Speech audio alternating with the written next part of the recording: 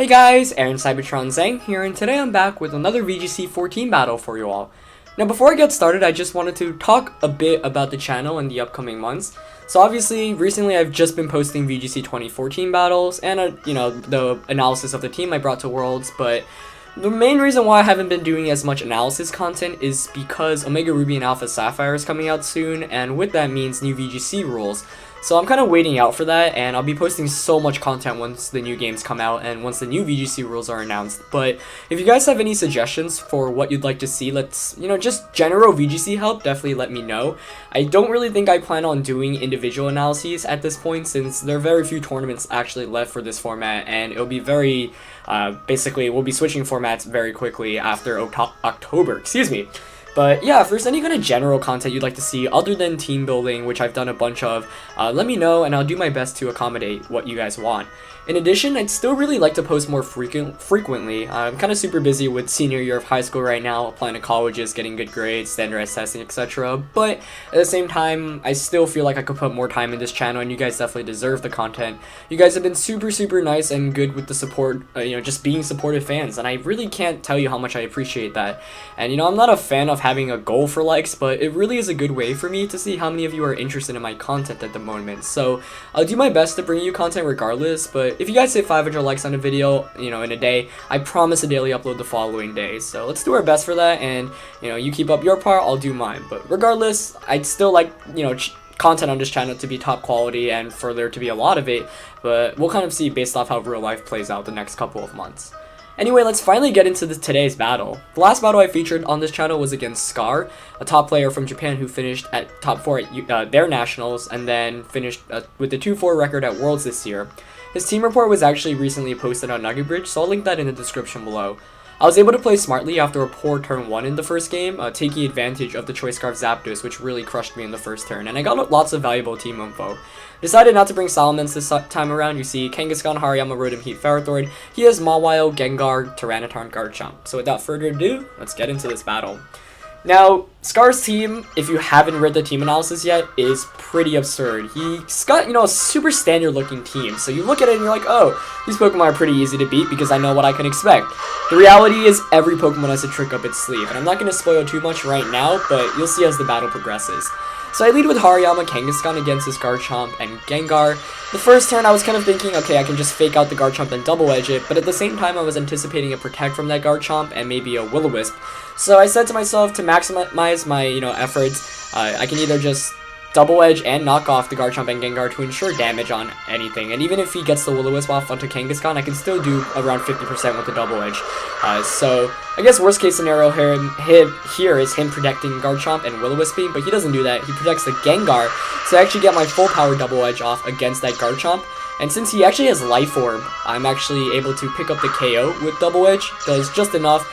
Unfortunately, Kangaskhan's going to take a beating from the rough skin and, the recoil damage from double edge, but she is going to be able to hang on with just 17 HP. So, decent first turn for me there, though I did take a lot of damage on both Kangaskhan and Hariyama, and he's still got a full HP Mega in his back, which he reveals to be Mawile. So, I'm not feeling too great right now, but it's still good to have a 4-3 lead, especially because I know the two Pokemon I have in the back are really good for this matchup.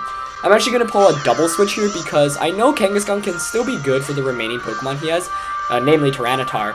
So I want to switch that out for now because there's nothing it's going to do against a Mawile and a Gengar. And so I bring in Ferrothorn and Rotom Heat, both which have pretty optimal matchups against both of my opponent's Pokemon, but counters the Mawile especially hard. He goes for the Iron Head, but fortunately I was predicting him to target the Hariyama slot, which is why I switched in Ferrothorn there specifically. Of course, my Ferrothorn did have Iron Barbs and Rocky Helmet, so that Mawile takes quite an amount of damage just from attacking. And Gengar goes for the Trick Room, which was definitely a huge surprise there. Trick Room Gengar actually won Worlds and Seniors as well, so it's kind of cool to see it do well here as well. But yeah. This following turn, I'm predicting this Mawile to switch out, so I actually double target that Mawile slot with an Overheat and a Power Whip, basically ensuring I KO the Mawile or do a ton of damage to anything that comes in. So you see that Power Whip's going to do a heck ton to that Tyranitar, bringing it down to around 20%. I also get the Overheat off, so while that Gengar has Trick Room, it's actually not very slow, still faster than my Rotom Heat, and thus slower under Trick Room. So Overheat's obviously not going to KO Tyranitar, which is so slow already, and bulky, and of course, Sandstorms up as well, so boosting its special defense, but to predict that and get that much damage off against it is really good. This following turn I can actually just Gyro Ball the Tyranitar and pick up the knockout there, and I'm really happy about that. I was, anticipating maybe a switch there, but at this point, I was really fine. Ferrothorn being such a slow Pokemon as it is really, takes pleasure in being on their Trick Room. And of course, my team was half Trick Room as well, so him setting up Trick Room actually kind of helped me.